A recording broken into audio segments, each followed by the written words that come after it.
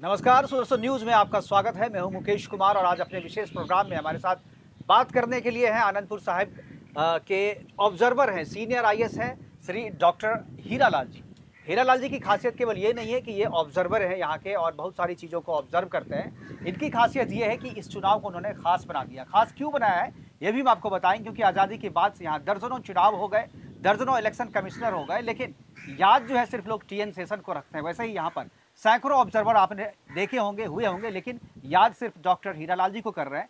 क्यों कर रहे हैं, मैं हीरालाल जी से ही पूछता हूँ। हीरालाल जी, आपसे पहले भी ऑब्जर्वर हुए और आपके बाद भी ऑब्जर्वर होंगे, हमने भी बहुत सारे ऑब्जर्वर देखे, लेकिन आपकी चर्चा काफ़ी हो रही है।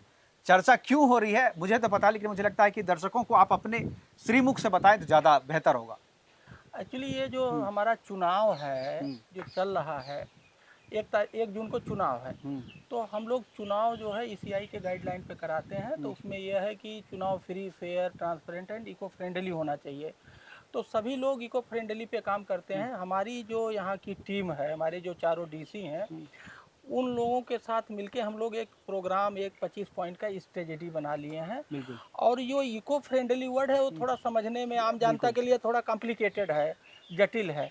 तो उसको हम लोगों ने नाम सिंप्लीफाई कर दिया कि ग्रीन इलेक्शन। Green election. तो हम लोग ग्रीन इलेक्शन का नारा दिया है कि हम लोगों का ये ग्रीन इलेक्शन है।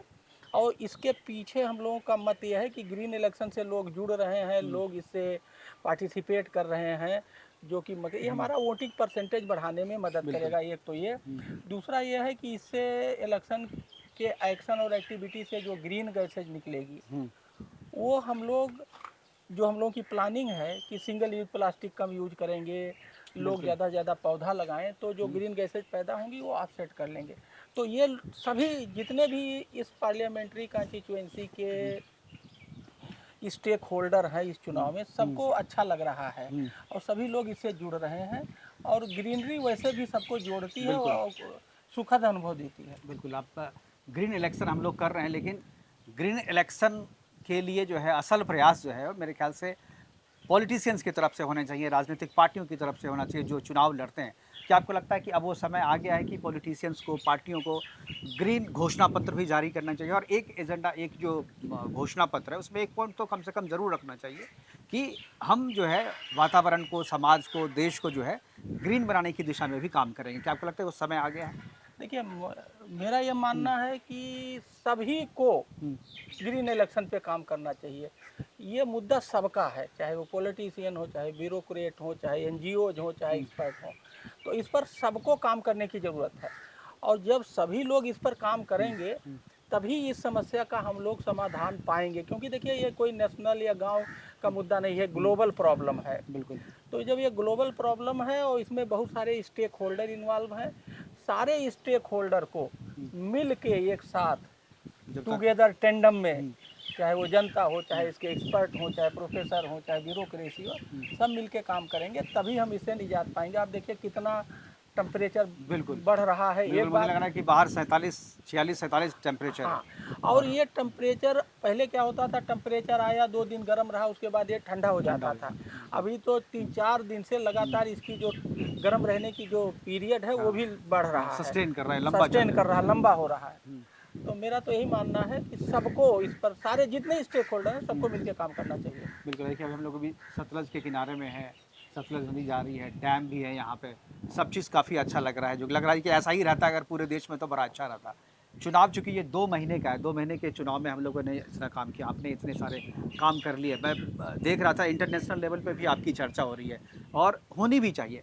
एक चीज़ मैं आपसे जानना चाहूँगा कि ये क्या केवल फेस्टिवल जैसा है, चूँकि लोकतंत्र का पर्व है ये, चुनाव तक ही ये रहेगा या इसको आगे कंटिन्यू, क्योंकि ये इफ़ेक्टिव तब होगा जब इसके बाद भी ये लागू रहे, शुरू रहे। चूँकि आप सीनियर आईएएस हैं, आप कहीं न कहीं यहाँ के बाद उत्तर प्रदेश से आप उत्तर प्रदेश जाएँगे, तो उस दिशा में क्या कर रहे हैं आप? देखिए, ऐसा है कि अभी आपने कहा ये सतलज है, ये सतलज नदी है।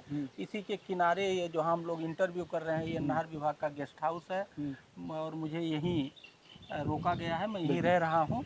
तो मुझे भी इस नेचुरल दृश्य का फ़ायदा मिल रहा है। बिल्कुल।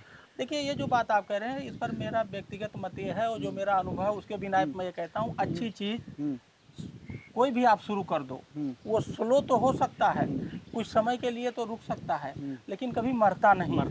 तो इसलिए ये ऐसा विषय है, ऐसा मुद्दा है, ऐसा मैटर है कि चुनाव के बाद हो सकता है कुछ दिन के लिए स्लो हो जाए, कुछ दिन के लिए ये रुक जाए, लेकिन ये मरने वाला नहीं है। हाँ, मुझे मरने वाला नहीं, मुझे लगता है कि आदमी मरे नहीं, इसके लिए ज़रूरी है कि ये जिंदा रहे। बिल्कुल। अभी मैं बताऊँ करीब 70-75 कंस्टिट्यूंसी मैं घूम कर के आया हूँ और मैं दिल्ली में रहता हूँ। दिल्ली में मैं 25 तारीख को वोटिंग करने के लिए गया था और चुनाव आयोग भी कहती है, मेरी शिकायत है इनफैक्ट चुनाव आयोग से। चुनाव आयोग कहती है कि हमने बहुत अच्छी व्यवस्था की है और टेम्परेचर से लड़ने के लिए, लेकिन सब जगह उस तरीके की व्यवस्था संभव नहीं हो पाती है। आप जो है धूप से बचाने के लिए शैडो तो कर देंगे, लेकिन टेम्परेचर कंट्रोल आप नहीं कर सकते वहाँ पे।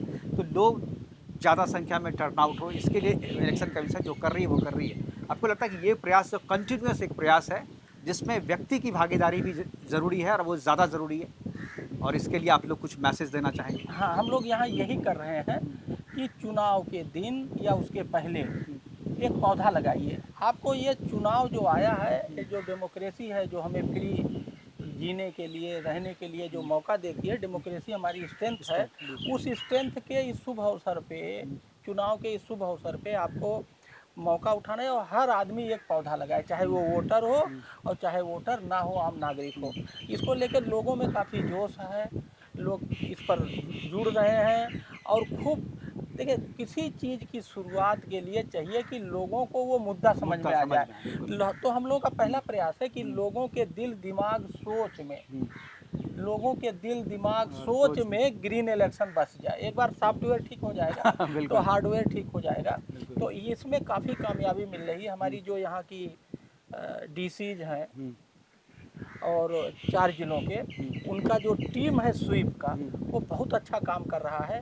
और इसमें कुछ ऐसा नहीं है कि पहले से नहीं था, सब कुछ था, गाइडलाइन थी। उस गाइडलाइन को सिस्टमेटिक तरीके से इम्प्लीमेंट करने में थोड़ा हाँ, हम लोगों ने केवल हमारी चारों जिलों के जो डीसीज हैं, उनकी जो स्वीप की टीम है, उन लोगों ने मिलकर इसको एक सिस्टमेटिक और प्रोग्रामेटिक तरीके से लागू कर रहे हैं और मॉनिटर करते हैं कि कहाँ कोई ये टीम एफर्ट है, कोई अकेला कोई नहीं, टीम एफर्ट है। तो जब आए थे, जब यहाँ ऑब्जर्वर बन करके, तब आपके दिमाग में था कि वहाँ जाने के बाद मुझे ये करना है, यहाँ आने के बाद कुछ आपने देखा, आपको लगा कि नहीं ये चीज़ें ज़रूरी है, इसको इम्प्लीमेंट किया जाए, तो कौन सी ऐसी चुनौतियाँ थी, कौन सा ऐसा ट्रिगर पॉइंट था जहाँ से आप ग्रीन इलेक्शन जब हम लोग ग्रीन इलेक्शन, जब मैं यहाँ आया था तो ये मेरे मन में कुछ नहीं था कि किस तरह के इलेक्शन कराना है, क्या नहीं कराना। जब मैं यहाँ आया तो वो गाइडलाइन लेकर के मैं पढ़ के आया था। यहाँ की जो स्वीप की टीम है उनसे बात हुआ तो उन लोगों ने ये बताया कि साहब हम लोग इको फ्रेंडली में, free fair transparent and eco friendly में हम लोग हमने पूछा आप इको फ्रेंडली में क्या कर रहे हो? तो उन्होंने कहा हर विधानसभा में हम लोग 3 ग्रीन बूथ बना रहे हैं। तो हमने कहा कि और देखिए और हम क्या कर सकते हैं। फिर वो 21 मार्च का जो 21 मार्च 2024 का गाइडलाइन पे पढ़ा गया और ये हमारी स्वीप के टीम में हमने डीएफओ को लिया, उसमें प्रदूषण कंट्रोल के अधिकारी को लिया और जिला सूचना अधिकारी, चारों लोगों ने वार्ता की और बैठ के मुझे एक 25 पॉइंट का एजेंडा दिया और वो जो 25 पॉइंट पे एक्शन पॉइंट बनाए, स्ट्रेटजी बनाई, वो उसी गाइडलाइन से लिया। फिर उस पर सबकी सहमति बनी कि साहब इस पर काम किया जा सकता है, ये स्वीप का पार्ट है और इससे वोटिंग परसेंटेज भी बढ़ेगा। ये चीज़ें थी पहले से गाइडलाइन में, लेकिन लोगों की ध्यान जो है नहीं गया, लोगों का ध्यान उस पर नहीं जाता था। लेकिन अब मुझे लगता है कि लोगों को जब टेम्परेचर बढ़ा तो लगा भैया ये तो है अपने पास पहले से। हाँ, ये जो टेम्परेचर बढ़ रहा है वो भी एक तरह से अगर देखा जाए जो ट्रिगर पॉइंट मुझे लगता है कि वो है कि टेम्परेचर सबके लिए जो है, वो भी इसको कैसे कंट्रोल है। बिल्कुल, थैंक यू डॉक्टर हीरालाल जी हमसे बात करने के लिए, और जिस तरीके से आपने इलेक्शन को ग्रीन करने की मुहिम की शुरुआत की है, हालांकि गाइडलाइन पहले से बना हुआ था, लेकिन गाइडलाइन को पढ़ के जिस तरीके से आपने आगे बढ़ाया, पूरी टीम को लेकर के साथ बढ़ाया और पूरी टीम का आपको सहयोग मिल रहा है, इस चुनौती को आपने बहुत ही अच्छे तरीके से सामना किया है। उम्मीद है कि केवल हीरालाल जैसे ब्यूरोक्रेट्स और सीनियर आईएएस ही नहीं, बल्कि जो पॉलिटिशियंस हैं, जो लोग मतदाता हैं, जो मतदान कराने आते हैं, और सबसे ज़्यादा ज़रूरी है उन पॉलिटिकल पार्टी का जो इसके लिए जिम्मेदार हैं। और मुझे लगता है कि केवल ग्रीन इलेक्शन ही नहीं ज़रूरत है, ग्रीन डेमोक्रेसी भी ज़रूरी है, ग्रीन इलेक्शन भी ज़रूरी है, और ग्रीन पार्लियामेंट भी अगर हो जाए तो मुझे लगता है कि देश का भी कल्याण होगा, पर्यावरण का भी कल्याण होगा, हमारा भी होगा और आपका होगा। हमारे साथ जुड़ने के लिए आपका बहुत बहुत धन्यवाद। Thank you. ग्रीन सोच की जरूरत है। बिल्कुल, ग्रीन सोच की जरूरत है। Thank you. नमस्कार। नमस्कार।